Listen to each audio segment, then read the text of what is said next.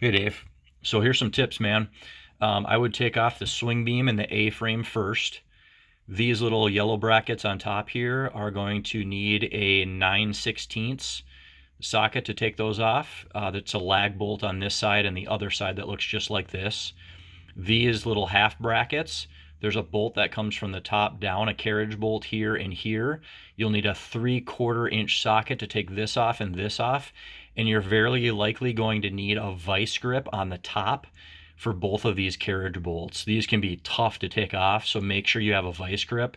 If you don't, some of them are virtually impossible to get off. So one of the larger kind of regular size vice grips. And then the A-frame, right through here will come off with a 3/4 inch here and here. And then you'll also need to, I think, take off a 3/4 or a 9/16 lag bolt on each side of this bracket thing here so that it'll collapse at the end of that. This obviously you can take apart or collapse this after it's already down. And then right over here, there are 3/4 inch carriage bolts that are coming through this yellow plate as well. So you'll need to take one off here, one here, and one here. You just can't see them in the picture. And then this whole thing will pop up and then fold down. This is kind of where you need the two guys thing, like one guy holding this up while the A-frame comes out, and then just this whole piece right through here, especially if it's waterlogged, that can be really heavy as a swing beam. So once all that stuff's off, and of course take the swings off before you do any of that stuff just to take some weight off there and some awkwardness, then you're left with this. The next thing I would do is take the slide off. That is going to be 7/16 inch carriage bolts, if I remember right, on each side of here. You can just pop one off here and one off on the corresponding side over here, leave the base on and stuff like that. Just leave it as one piece. This whole thing will just pop off and you can load this just like that. And then you're left with this whole piece right through here.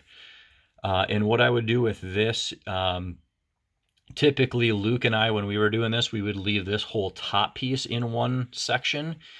If you've got another dude that can do some heavy lifting with you, go for it, because then you don't have to take any of this stuff apart. However,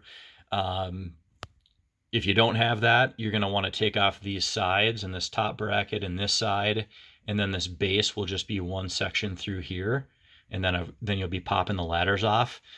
So if you do that, and I think you're probably going to have to do that, again, if you don't have another dude that can lift heavy stuff, take off these two here on the very top. Those can be hard, so grab a ladder so you can get to those. And then these right through here look like it's been screwed on to keep them on, because they do deteriorate over time. So make sure you have like a Phillips screwdriver, I'm guessing, or maybe a square screwdriver to pop those off on both sides. And then on each side, you're going to have these cross beams that you're going to take this one off for the trapeze bar. And then the other side's going to have one too that's going to have a ladder attachment to it.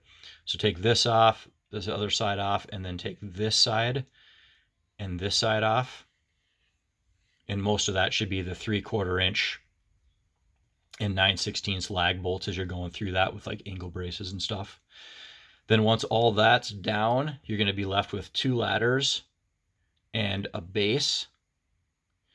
And then you're going to want to pop off these ladders. So angle brace, side bolt over here. And then this will collapse and come off, and then you'll fold this down while this ladder's keeping that side in the air.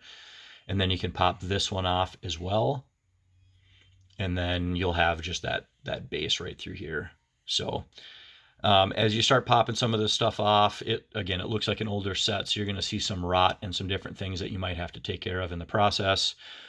And then right down here, these little ladder angle supports that are buried, once those come up out of the ground, with sand, it's hard to tell with this one, but they're probably rotted out. You're probably going to have to replace the 4x4s that are on the bottom here and here.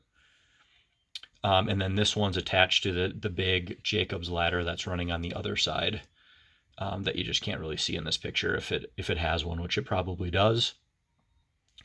And then you can just load these ladders as a complete set right through here. So that's it. You know, try to take apart as least as you can, because then you don't expose rot and different things that you have to fix if you take it apart. Not that you don't want to fix that stuff, but sometimes if you leave it together, you know, you don't have to deal with it. Versus if you take it apart, then to put it back together, you kind of have to fix some stuff that you may not have to otherwise, if that makes sense. So that's it, man. That's kind of some basic tips and tricks on taking it apart. It's not terribly difficult per se. It's more so just like the manpower of getting it down and the Tetris puzzle of getting it on one trailer so that you only have to make one trip with that. So be economical with space, load things on top of each other, and strap that thing down like crazy, especially if you've got an hour or two drive. I don't know where the cabin is, but I'm guessing it's a few hours or something like that. But that's it, man. Hope that makes sense. I'll upload this to YouTube and let me know if you have any questions.